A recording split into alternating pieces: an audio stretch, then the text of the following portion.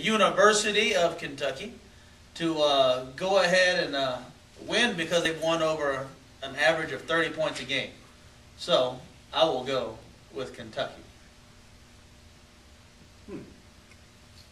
Seeing as these young men don't know what the hell they're talking about, we'll be right back with more of The Range.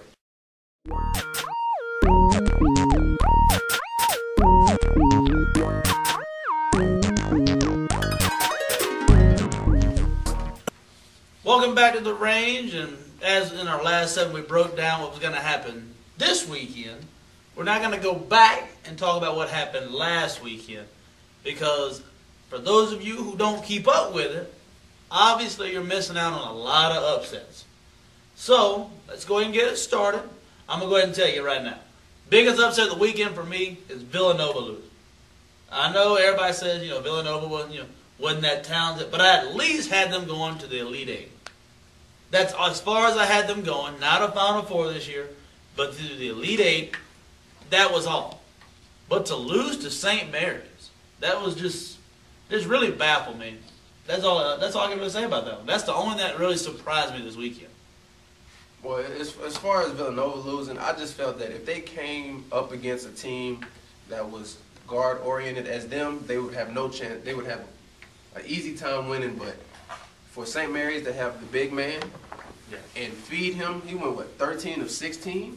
I mean, he just killed them on the inside. The only big man that I can just recall from Villanova would be Sutton, and he just couldn't do anything with them, and St. Mary's used their advantage, and you see what happens when you do that. Georgia Tech. All right, my biggest upset was Georgetown losing to Ohio. Not losing, getting handled by Ohio. Georgetown never led this game. Ohio dropped 97 points on that powerful Big East foe. I mean, to lose a game like that, and you're such a high seed, such a low seed, makes no sense. Well, let's remember, Georgetown really didn't show up till about the end of the Big East season. We were all counting them out. We all were saying that there was no way they made the tournament the way they were playing, and they picked it up a little bit. When you do something like that, the gas can only go for so long. And I'm sorry, but that week off that they had took a toll on them. That's what happens when you don't play well over a full season. Pretty much. I mean, they had the hardest schedule, but I mean, it doesn't matter. I mean, some games they lost, they should have won. Some games they won, probably should have lost, but doesn't matter. But, going against Ohio, I mean, when you beat Georgetown, you're going against Ohio. More than likely, you look down upon your opponent, so you just really feel that our name alone would just help us win, but it didn't. You got your ass whooped. And what was their seed, Georgetown? Georgetown was a 3 seed. 3 seed. Going up against the 14. Well, my biggest upset would have to be, of course, Kansas and Northern Iowa. Of course, I didn't pick Kansas to win, but I had them at least going to the Final Four. Just the experience they would have with Collins and Aldridge and the emergence of Henry, you would think that they would have just a total package. I mean, they only lost 2 games the entire season, even though they had a close one at home against Cornell to show you how rocky they could be if they really didn't show up to play. But unlike them, unlike Kansas, Northern Iowa, they showed up, and I mean, they showed up with some cojones. They brought it to them, and the play that stood out to me the most, when it was about 35, 40 seconds left to go, and they had some kind of scramble for the ball, and I forgot the young man's name. I don't know how to say it really. Yeah, it's a very hard name. And he hits that 3. I mean, they're up by 1. That's a bold move. And the shot clock is only, it's like 30 seconds left on the shot clock, and he just shoots the 3 and he nails it, put him up by 4. That right there showed me that they wanted it and Kansas didn't. Yeah, I might definitely agree with you on that one, Chris, because that was, in my opinion, the biggest upset of this entire tournament so far. When I was going into halftime, and they were only up by, 6 or 7 points? 7 points, yeah. I always thought in my head, I was like, they don't worry about it. Kansas is going to start playing, coming back, and they're going to win, and they're just going to blow out Northern Iowa, and it's just going to be no big deal.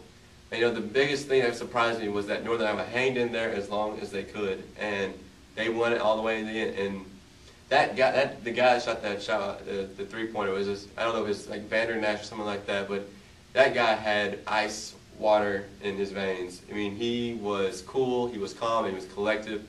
He just stood there, he's like, all right, I went 4 for 4 from the three-point line in the first half.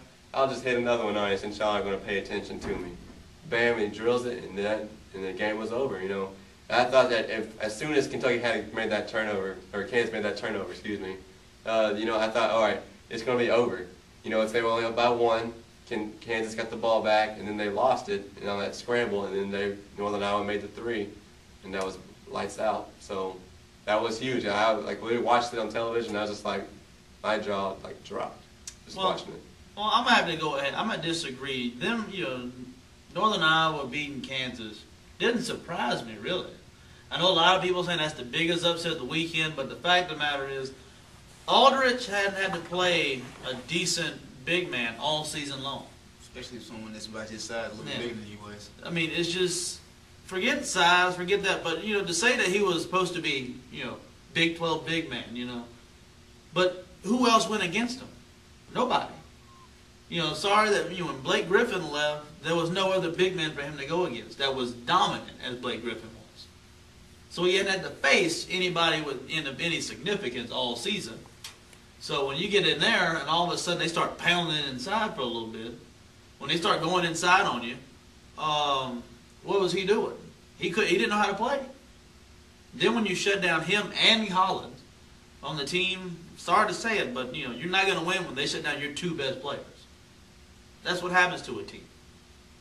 Yeah, and to go back to the Villanova and St. Mary's game, I remember that there was one play in there that stood out to me when the point guard was dribbling the ball, and then he fell while dribbling and rolled over and kept his dribble alive, got up, came across the half-court line, and just stopped and shot the 3 and just made it. Yeah, that's pretty big. That right there just showed me that St. Mary's has come to play, and I mean, Villanova, they lost it. I guess St. Mary's just really wanted it. Really, all the lower seed teams just really wanted, and the upper seeds, the higher seeds, just don't. I guess they just thought their name alone would just win them the game, and it didn't. Yeah, especially after Villanova started 21. I mean, I had them looking like a title contender. Then they just fell flat down the stretch. But just like any team in the NBA, this is what I always say: you can never win a championship with just only guards, only big men. You got to have a big man and you got to have a guard. And Villanova doesn't have any big men, none whatsoever. So along, you know, speaking of Kansas, you know, was in Northern Iowa. You know, with that being your biggest upsets, you know, for your 2 and whatnot, do you feel is that the biggest disappointment of the tournament so far? Do I feel like Kansas is a big disappointment? Yeah. No, because we already when we coming in, they already said they had a really tough schedule. Right. You know, they faced what I like to call the region of experience, because Michigan State's been in the tournament before. Look at the Final 14 out of that region. You know, Michigan State, Tennessee, Ohio State. The only one that didn't have experience is Northern Iowa. Everybody thought they should have got at least past Northern Iowa. From there on, it was going to be a little bit tougher, but I wouldn't say it's a disappointment. I wouldn't say my disappointment probably would be. I would say I like the Big East, but I probably have to say Villanova, even though it was more expected just because they didn't have a big man. I mean, Kansas was a little shocking, but I guess if some people know about Northern Iowa already, they would understand like what kind of conference, what kind of team they are. And I mean, yeah, Michael Wilbon called it. He didn't necessarily call the upset, but he said any 1 seed that plays against Northern Iowa will probably get upset. But my disappointment would probably be Villanova. Mine is Georgetown. Obviously, mine is Georgetown. After watching them play in the Big East tournament, I mean, they actually played like they had some kind of ambition where they wanted to win, and they just unfortunately ran out of gas. Because I mean, after beating down Syracuse and losing to West Virginia barely, I thought they had a shot. Yeah, it's definitely my disappointment. Is definitely Georgetown. You know, I expected them to be huge contenders, especially after their momentum they gained in the Big East, and you know, they let down. They dropped the ball. Another team we can throw out there as well is University of Texas. I thought they were expected to at least do something. They got knocked out in the first round by Wake Forest, so they didn't do anything. It didn't matter who was going to win that game. Both of them was going to lose the next round. And my other disappointment was Florida. We lost that game. Very upset about it.